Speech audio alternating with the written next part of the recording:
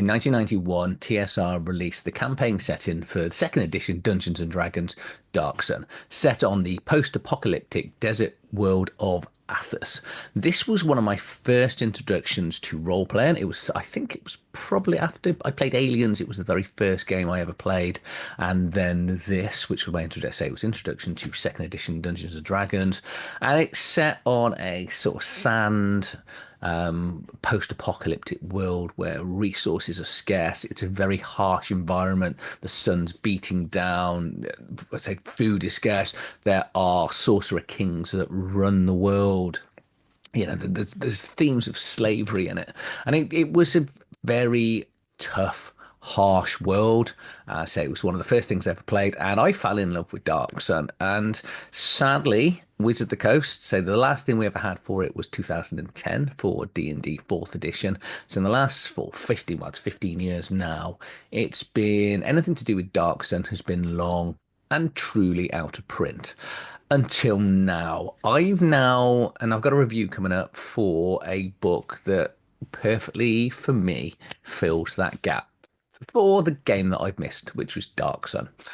Hi, welcome back to Dungeons and Dyslexia. My name's Adrian. This channel is my channel dedicated on role-playing books and say there's reviews in here. I do previews for Kickstarters, etc. So it's just really my love of me sat down. My love of talking about role-playing books and things that are coming out and books that I've read. So yeah, one of my subscribers recommended a book. So I did a couple of videos recently on Dark Sun and how, Wizard of the Coast seemed to be avoiding, and possibly rightfully so, the Dark Sun campaign setting. And Scott Lurker 991 recommended I take a look at the ShadowSun book, which is a world book for Shadowdark. Shadowdark is a role-playing game that came out last year. It's won lots of awards. It's a old school D20 role-playing system. I'm not going to talk about Shadowdark today. I am going to be going through the ShadowSun setting. So these in a review, what I call this the good, the bad, and the arty. So I'll look at what's good in the book, what's bad in the book, and all the while taking a look at the art. So without further ado, let's just jump straight over and have a look at the cover art. So this book I have downloaded through from DriveThruRPG. I do have an affiliate link, so if you do decide that you want to buy this, please do use my link. It does help create a little bit more wealth for my channel that I can then put back into buying more products. So I can put reviews and go through them with you. So here we go. Here is the cover art for ShadowSun. It is, it's designed to be used by the Shadowdark book. And we'll get straight into the book. It's been written, designed, and laid out by Greg Christopher. No spoilers in here, so we'll wait towards the end. But even for the work he's done, I say it's well done for everything that you've done. It's a wonderfully put together book. So it's first published in 2023. So it is available on DriveThruRPG as a PDF, and we've got all the art people in here to thank for the artwork in the game. Cover art, as you can see, there is what's called, this is a 3-green, which was from Dark Sun itself. It was one of the insect creatures that was a playable character, and incidentally, the first fantasy character I ever played. Okay, so starting up with the table of contents, it's a 212-page book, well, just over. It will take you through the introduction, creating the character, which is 43 pages here. Then we've got the world of Athea. They're not Athos, Athea. Key difference in case patent pending and all that. So clever. That's it's a good play on words. I like it. So it's familiar enough for the players themselves. Then take you through the arcane spells, the nature spells, and psionic powers.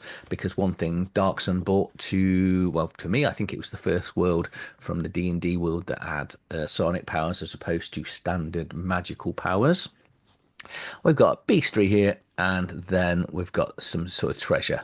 Good thing with the PDF copy is, I don't know if it's with everyone's copy or whether it's just that while I'm running it through, is a lot of the bold places you can click through and it actually will take you through to the sections within the book. So a little bit of artwork here just on the introduction. And then we have got the map of ShadowSun itself. So it's quite a vast land here with variety of different islands and setups. Um, and as you take sort of pay attention here to the different sections, these are covered later on in the book, which is really, really good. So it's a nice thing. You also do get, when you buy on Drive Through RPG, the separate map, because I do find it quite problematic having a map in a book, especially in a PDF format, when I'm trying to sort of visualize where in the world you are, and then flicking back on the PDF, so you can just look at the separate map, which is, I think, is really handy. Ancient history and the barren land. So going back in time, so there were only the wee folk. I'm not going to go through all of this, but the wee folk, they basically those and Shira was the moon, and then some of it fell down, and then the humans, elves, and dwarfs on the land. They then helped merge to create hawk folk, lizard folk, and mantis folk. So if you are a fan of D&D and Dark Sun, gone are the Mull, gone are the half giants. They have been replaced, we could say, with hawk folk, and it would be the lizard folk because the mantis folk are the three creed equivalents. We have got halflings here as well, so we have got sort of 6, 7 races within the games. Then takes a little bit through about the history and the destruction of the world and the powerful Mage King. So Sorcerer Kings out, Mage Kings in. I wonder whether I do a video comparing this to Dark Sun, but so the history itself is similar enough. There's then also this big catastrophic event that happens, which pretty much just kills off the world, and it just becomes, it's almost a giant desert land. There are some forests in here, but not many left. So within that, as all the resources and the metal mounted, the dwarfs were driven underground to go and chase it. The elves then descended back to the woods to sort of hide and live within the wooded environment. So using the settings, there are some characters that are gone and some characters that actually come in through this. And this will just take you through, I think it's the 5 character classes you can play. And if you are going to go with the mentalist, it does give you a psionic mishap table. So if you're going to play the sorcerer or the shaman, you are using your wisdom modifier for them, and you use the original mishap tables from the Shadowdark original book.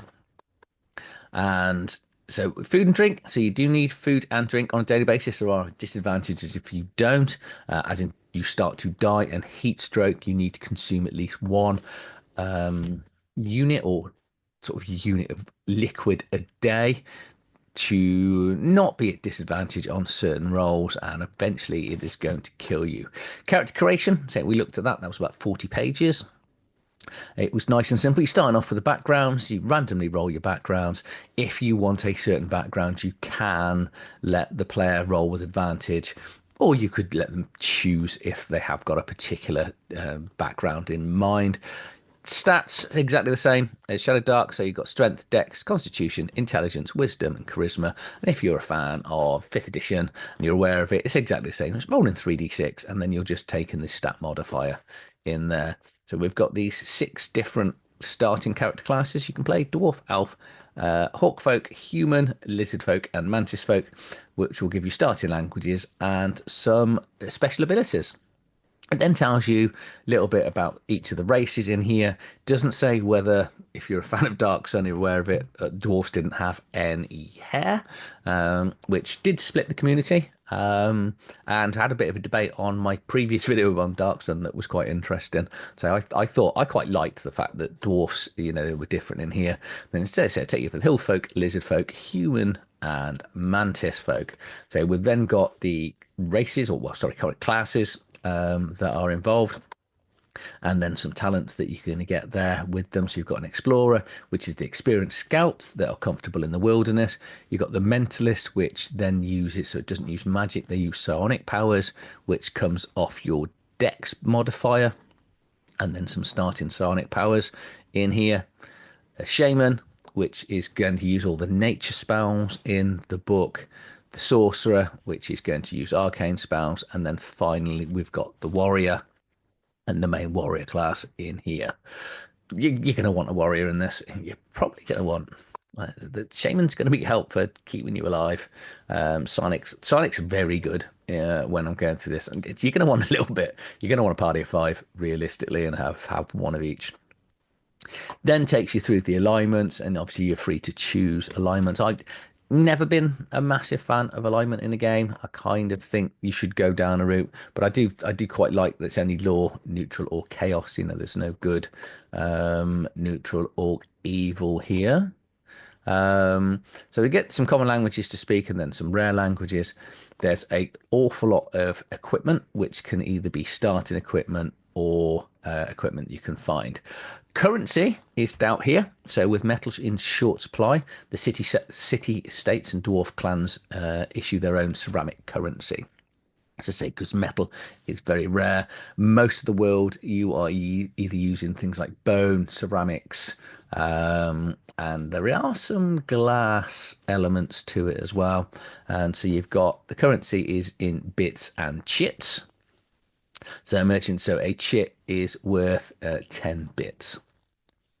So money, so it's mostly bartering in the world, but got things in baskets to carry things and fishing nets to help you mortar and pestle.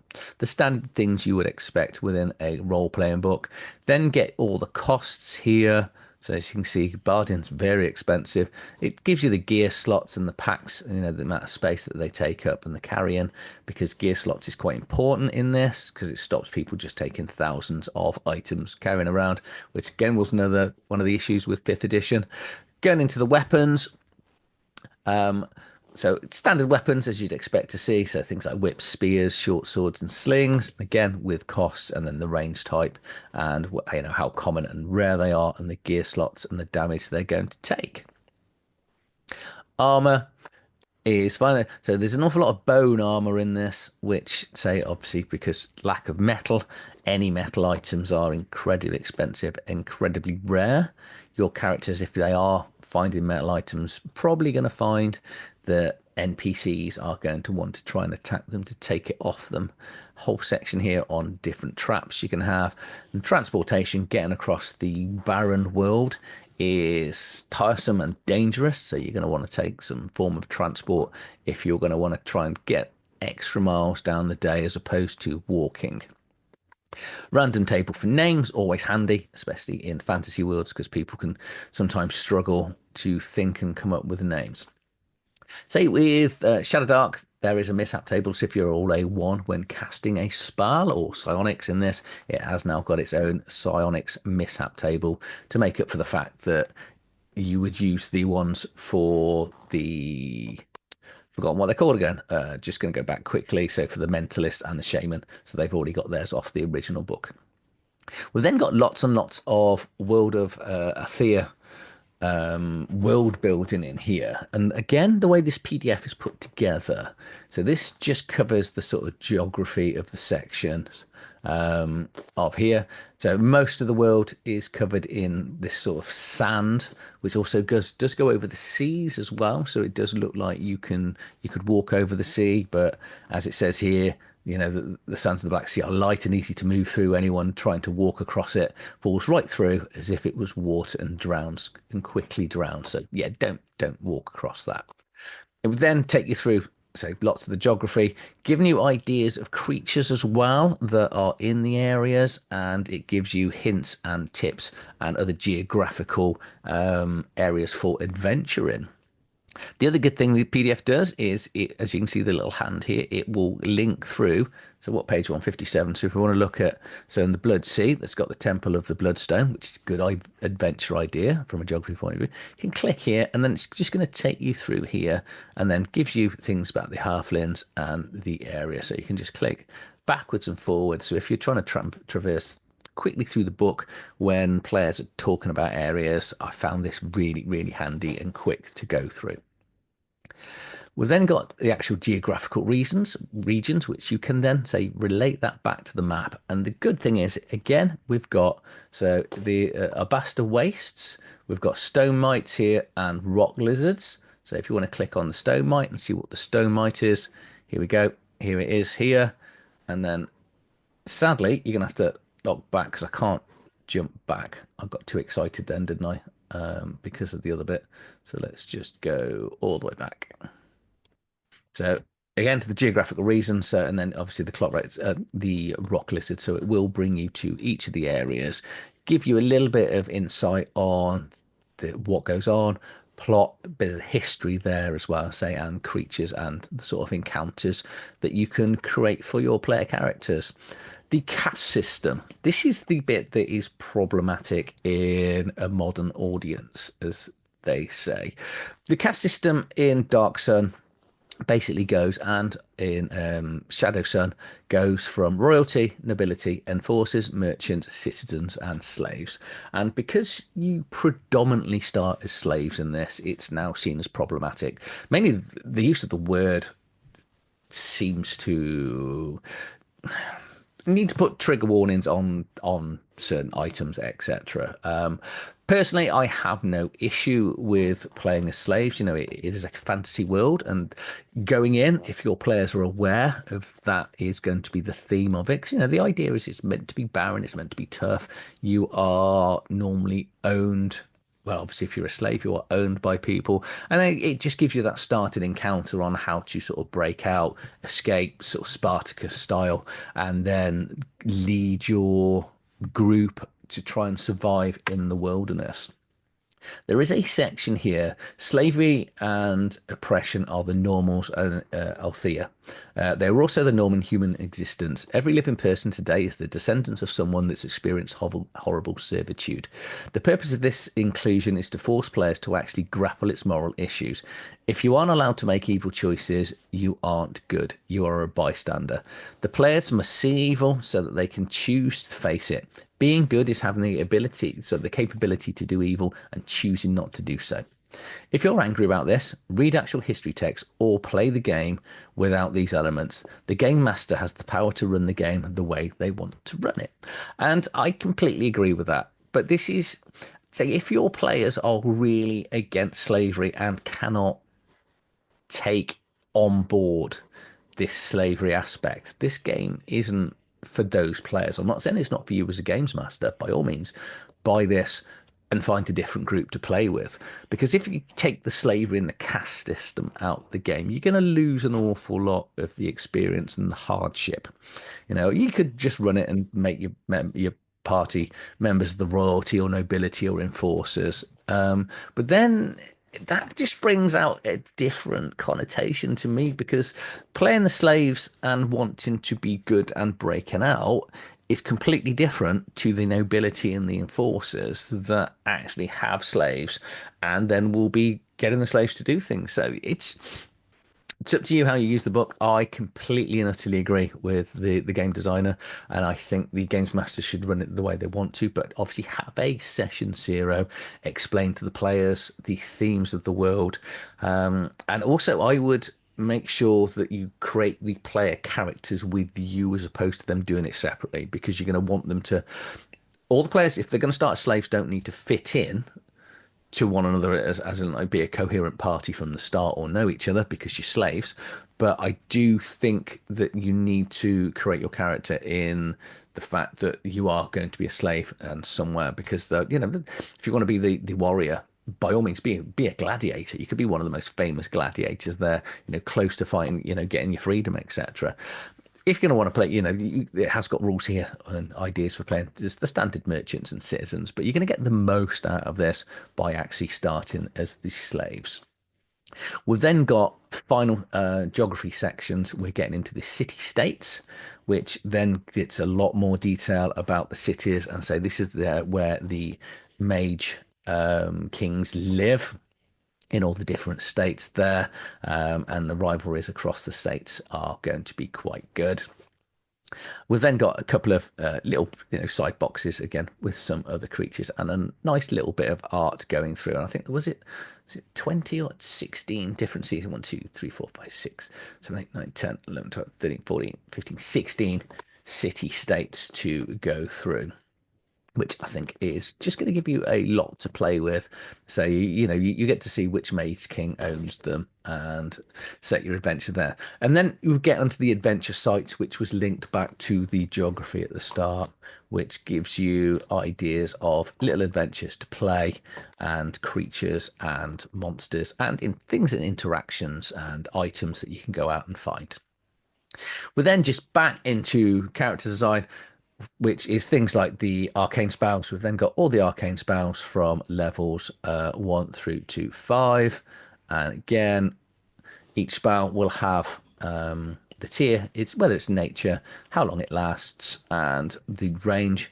We've then got all the nature spells here, again through from 1 to 5, and then finally the really cool psionic powers. I have a slight bias towards the psionic powers because again that was what I actually played. My first character was a psionic 3 Kreen, which was a strange choice of a character, but it's what I wanted to go with, so that's what I played. Because in the day we weren't really into min maxing back then. It was more what do I think's interesting, and I think it's one of the downsides of modern role playing is you do see players turn up with characters that I need a high charisma, so I've rolled an 18, so I'll put that into charisma. Where obviously with Shadowdark, where it's random, yes, you're going to have an element of if you rolled a 3 in strength, you're not going to pick the warrior, but you don't, because you don't get to assign it. If you've got an 18 in there, they might end up on con, or it might end up on dex or something. So I do like the randomness of this. But then get into the bestiary, so you could link back in to it from all the geography and the adventure sites. There is a little bit of a lack of art in here, but at least each creature, so it's going to give you the title of the creature, a little bit of description, and then we've got all the stats, so armor class, hit points, attack, movement, and then it's little saves here. Then it's any special abilities like blind sense and chameleons and so forth in here. There are no there was no actual races with blind sight as well, so which is something again that does make Shadowdark really interesting, because you're going to have to carry sort of torches and have light when you're traveling around. So we have got white dragons in here, so there's still dragons, which is good, and giant eagles and elementals, things from ghouls and hawkfolks, halflings, hags, kobolds, Astilian mephits. So there's a lot of creatures that you will have heard of and understood: Minotaur, Manticore, Nagas. What is this? Is that? Yeah, that was the quagga, which is the brown skin equine with a striped upper torso, so half zebra. We'll go with that. Ooh, that's quite cool. Sand octopus. And then giant scorpions, which, as my friends mock, I'm not a fan of scorpions. I just, yeah. They just, no, I'm not a fan. So even into wraiths and vampires here. We've then got the random encounters. So if you want to have, if your players are dillying around, taking time, or, you want overland rolls, you've got encounters from 2 to 4, 5 to 7, and 8 to 10 for overland day, overland night, and then underground encounters. And then we've got some legendary encounters here. And then the monster list by level is here, which then just wraps up all the bestiary. And then we've got the last few pages, which I think are all the treasure pages. So it goes through gemstones and metal and gives you an idea of the rarity and costs. And so you can see here, like thousands for a bronze trade bar. Iron is 15,000. We've got a couple of pages of magic items. There's not a lot of magic items in here because magic, like anything else, it's quite rare. Potions, scrolls, treasure tables. Oh, and then mixed treasure, legendary tables, mixed treasure, and the back art book is a little bit blank. Okay, so that is the book itself. Hopefully, you'll have seen through there. So, if you are a fan of Dark Sun, I think you should be more than familiar and more than pleased with the work that has been put in and the work that has been created. Sorry, I'm just going to get by Greg, I'd say Greg Christopher. Um, what do I think is good about it? Um, it's going to be a big sweeping statement. I really like this. Um, so the world itself, is it Dark Sun? Pretty much, yeah. Is it called Dark Sun? Obviously not, for licensing and other reasons. So Scott, I'm so glad that you told me to go and get a copy of this book, because it's something I can now, be able to play with my friends. I say it creates the Dark Sun world perfectly.